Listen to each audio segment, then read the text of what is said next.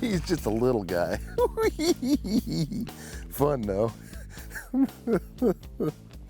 See folks, you can even have fun with the little ones. It was hard to tell because all I saw was the bed and I could just see the little mark up there because it's still a little early in the morning. But come here. We'll get you back real quick. There you go, look at that.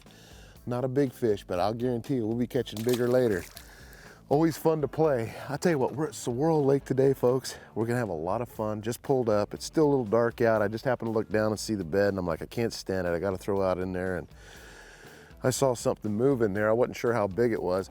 And that's another thing, is a lot of times when you're doing this kind of fishing and having fun in this clear water, a lot of times you can't see the fish because it's hidden by lines or something like that in the shadows. And when it's still low light levels out before the sun really comes out, the fish are less spooky because it's still a little darker out. But if you can get a good pair of polarized sunglasses, and I like the copper amber lenses, and I've said this before for my sight fishing, you can have a lot of fun catching these fish. Just you gotta release them when you're bed fishing and having a lot of fun doing this. Release them, let them go back so they can have some, you know, babies and stuff, but it's a lot of fun. It's so much fun to do. But what I'm using is just a little 3/8 ounce, and there's a reason why I use a 3/8 ounce weight. I know a lot of guys ask me, well, how come you're using such a heavy weight in shallow water? And the reason why I'm doing that, and I peg it, by the way, with a little bobber stop, okay? But the reason why I do that is because I want this bait to go right where I cast it. I do not want it to flutter down slow and fall on one side or the other. When I cast it, I want it to be precise where it goes and falls right down there. And I want to be able to work the bottom. I'm not worried about, you know, something kind of floating down real slow or anything like that. Even with my drop shots, you can catch fish doing this drop shotting, but what I do is I shorten the leader up really short to where the worm is sitting right in there. But today we're using the Arizona Custom Baits craw, the ACB craw. I love it. See the little flappers on there? What makes this bait so unique is when I throw it down there and it sits down there like that, I'm doing everything I can to wiggle this bait to keep it from moving out of the area that the fish is in. And these flippers just go, I mean, they just go wild underneath the water, and they flap and they, you know, move water basically. And the fish can't stand it, and they just go right up there and pop it.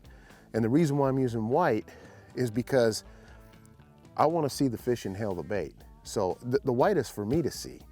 You know, if I could get away with a better color, I would, you know, like a more natural color. But at this point, when they're just trying to hit it and get it out of their zone, they're really not hitting out of a feed strike. They just want it out of there, whatever's in there. So you get something that makes a little noise down there, and something that has a little bit of, something that can move a little bit of water down there, and I'll tell you what, they'll get it.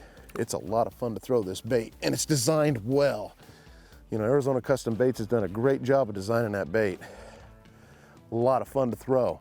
Now, there's another thing. I've had questions all the time, and it's really important to understand. You know, we fish a lot of tournaments, and in tournament fishing, it's, you know, when you're sight fishing or something like that, when you catch a fish, it has to be in the mouth. So I don't like using a lot of exposed hooks. People ask me, well, why don't you use an exposed hook like you would on a tube bait or something like that? Because a lot of times when when a fish fires on a bait, they might just be blowing on it. And from your distance of vision, you don't know whether they got the bait or not because they're covering up the bait. Their body is. And you set the hook and then you get them under the chin or something. And that's not a legal fish. So you got to make sure that they get it in their mouth. That's why I like to Texas rig it, because I like to see them swim off it real quick, or that's why once in a while you'll see me set the hook and I go, oh, I'm too late. I just want to be sure that they got it in their mouth, you know. And this is the time of year that you really do get a lot of forgiveness for missing fish and things like that, because they'll be there. You know, if you missed them, they'll still be there, and they'll be probably more active and don't like it there, and they'll get it out of there. So you'll have more opportunity to set the hook on that fish. Just make sure you get it right. So that's how I do it. It's quite the art, let me tell you. There's some fish that are really active, there's some fish that aren't, and you have to kind of talk them into biting a little bit. But that's what I love about this kind of fishing. I just love it. Plus, it's like hunting. You're going down the bank and you get to see them. You know, not very often throughout the year do we ever get to see the fish hit the bait. This time of year we do. got him that time. Look at that one, baby.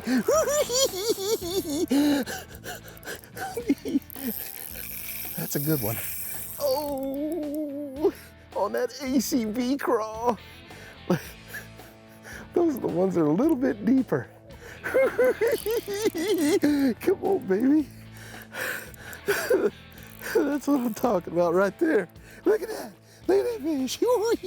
Oh, I barely got it. Ah! There's a good little start there, huh, folks? Look how beat up that fish is. Look at that. This one's been working hard. Those are fun. That's just a huge, huge fish right there. Beautiful fish right here for Saguaro Lake. All right, buddy. See you later. He's gone. I'm gonna tell you, folks, this bait's a lot of fun to throw, man. To watch them react to it is unbelievable. Just to sit there and watch them flippers do that, and they look at it, and then you stop, and they look at it, and then you flip it again, and they go, oh! They just jump on it. Get it in the right spot, boy, they're all over it. It's fun. I'm throwing this on a 3/0 wide gap hook, just so you know. We took a few casts in there to get that fish, but sometimes that's what it takes to get them to bite, high pressured. But what I'm also trying to do, and the one thing I think that I'm seeing a lot of guys do, is they're fishing right on the bank, and I'm pulling out a little bit and finding some of these deeper fish. These deeper fish tend to be sometimes a little bit bigger, hiding out, you know. But it's hard because if you don't have good glasses, like I said, the glasses are everything, you know. It really helps to be able to see them that deep. A lot of guys are going over them and can't see them, but it's a lot of fun to do. And we've only stopped in our first cove. We're gonna move, we're gonna go to another area. What's really cool about the springtime is early in the day, when you get out here early in the morning, you can throw like a fluke or a bass assassin or a jerk bait or, you know, whatever you want to throw, a Cinco. And I like to work my way down these banks right here, where you actually come in the cove, work your way down, and then come back to the cove and see if you see anything.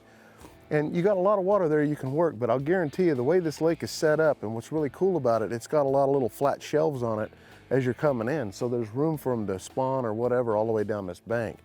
So hence the reason I think you see a lot of boats and stuff in the areas. But you know, one thing that's real important too is just having a good rod. I'm using this is my 610 rod. I usually use it for my swim bait, medium action rod. It's an awesome rod, taipan rod. They make an awesome rod, but I get good leverage with the longer rod. So I like having that longer rod, and that way I can let the fish play out a little bit. And you got enough tip on that rod, as you can see, enough tip to fight the fish, and it won't come loose, but you got enough backbone. If you can see the backbone on this thing, you got enough backbone where you can really set the hook good. So you get a good hook set, and then if you use your drag like I do, you know, odds are you won't lose the fish. So, you know, even the big ones, you've seen us catch the big ones in this lake on just spinning outfits. If I can get away with it, you know, unless the fish are really, really aggressive and I can really catch them, I'll go to that other bigger tackle and stuff like that. But sometimes when you got to finesse them after they've been messed with a lot and stuff, you got to downsize a little bit. And I like to throw that because what I end up doing a lot of times with the spinning outfit versus the bait casting outfit is it's real easy for me, because I've been doing it a long time with it, is that I don't even really move my body. I can just kind of flick it out there and I'm not spooking the fish, especially if you're drifting in a little close. Because we were in an area right here where I couldn't put my power poles down. It's too deep. If I can put my power poles down, I'm going to use my power poles. I'll try to position where I can, but in order for me to position myself on that fish, I would have had to cast my shadow right over the fish to be able to use my power pole. So I opted out and I pulled out. So sometimes that's what you have to do. I do have an awesome trolling motor, the Minn Kota Ultrex. It's an awesome motor, and I can actually set it to where it'll, with the GPS locking mechanism on it, I can set it to where it'll stay in one spot. But when you're doing this kind of fishing, I don't like the prop and everything to keep prop washing out the area that I'm in and spooking the fish. I don't want the trolling motor on and off. It's very important to not do that. This is great though when you got to retie, go to a spot, and you want to stay in the same spot. You can hit that spot lock and it's awesome. I love it. So there's a time and a place for all this, and that's why I still feel like we need power poles for this time of year. Got the female.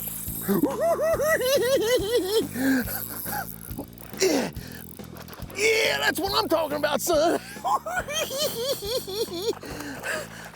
That was the bigger fish of the two right there. Look at that. That's what I'm talking about. Come on, baby. You're done. Look at that, folks. Look at that, baby. That's the female.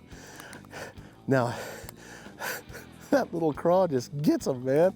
Look how beautiful she is. Let's get her back in the water real quick. Wow, that is so much fun. Here you go. See you, baby. Now, that's when you know they're aggressive. I had them both up there.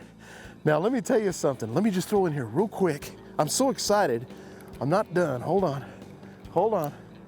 Let's see something real quick.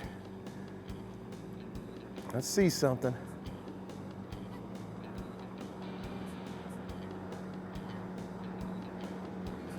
Oh, there's the male. That's what I'm talking about. That is so much fun. That ABC crawl, man. That flapper, they cannot stand it. That is so much fun. Come on, let's get you back in. Look at this. This fish, I mean, crushed it as soon as it hit the area. Crushed it. Beautiful male. We'll get it back in right away. No. Here's the deal. What we just did was I seen them two fish as I came around the corner. And that's another thing to think about when you're doing shallow water fishing. And even when they're roaming around. Get that trolling motor, keep it around, I like to keep it around 50% unless I'm going from point A to point B somewhere where I'm trying to get real quick. That way when you go, now the deal is when you first spot the fish, most guys will go, oh, and turn the trolling motor around, spook the fish, blow everything out.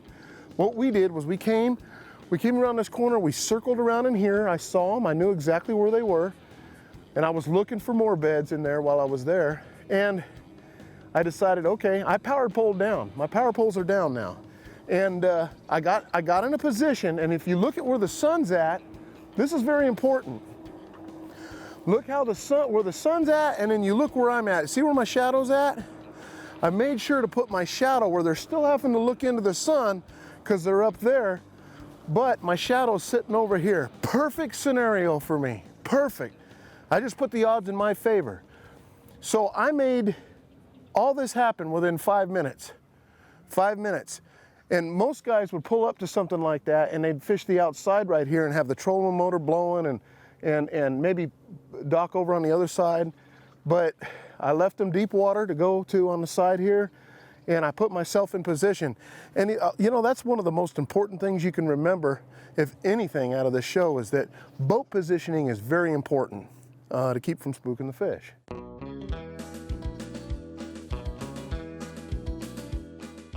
Hey folks, for my tip of the week, got a couple of things for you I want to explain to you that's really going to help you with this kind of fishing as well.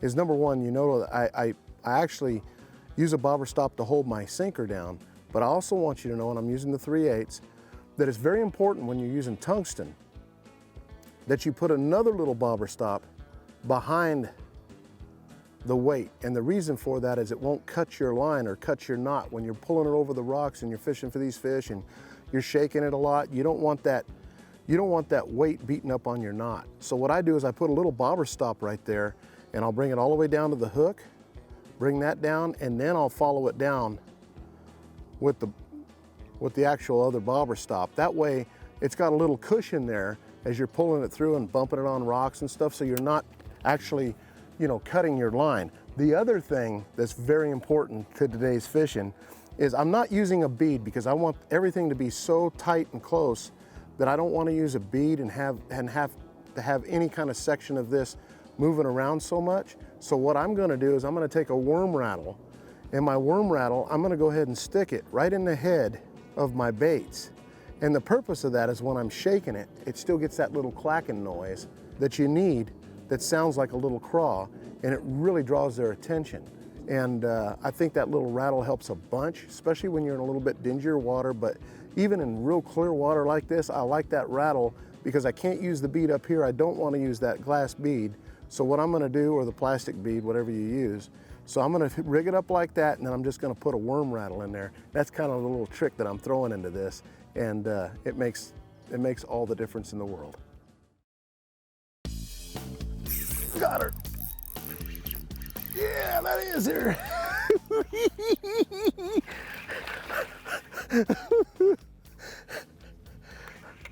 I talked you into biting, didn't I? I talked you into biting. Well, not as big as I thought she was, but we'll take you. We'll take you. Come on. Look at that. Beautiful bass. Look at that. That is so much fun. We went through there. That fish wouldn't even think about biting earlier, but we were sitting out here. A lot of times it's all about boat positioning. Getting your boat in the right position is, like I said, one of the most important things you can do to catch some of these inactive fish. Once they see you, it's hard. Got her, got her. Yeah, come on, baby. Come on. That's a good one, son. That's a good one. Gotta keep her out of this stuff. That is a heavy fish. I got my poles down. She's trying to get out there. Look at that. That's why you use that drag. Look, look, look, look, look, look, look. Oh, oh.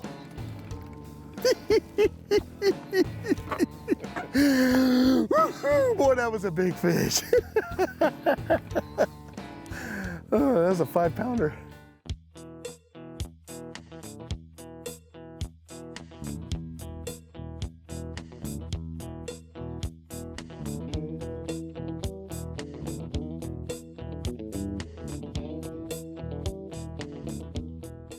Wow, what an awesome time today on Saguaro Lake. I had a great time. Lost a big fish, but hey, and we caught a lot of good fish. And this lake's ready to go. I mean, it's a lot of fun to come fish. And but remember, this time of year, you want to put them back. 3/8 ounce weight is what I was using today. I'm using a fluorocarbon leader with my 20-pound Smackdown Seaguar braided line. And then I'm using a 10-pound leader. So fluorocarbon leader. Awesome, awesome rig right there. You'll have a lot of fun throwing it. You'll catch a lot of fish. And like I said, that ACB craw is just one of the, it's an awesome craw, and all because of those little flappers right there. That's what makes the difference. But anyways, give them a try. I'll guarantee you, you'll catch a lot of fish on them, folks. Thanks for joining us on the show. We'll see you next week. I'm Johnny Johnson. Now, see, that's what I'm talking about, folks.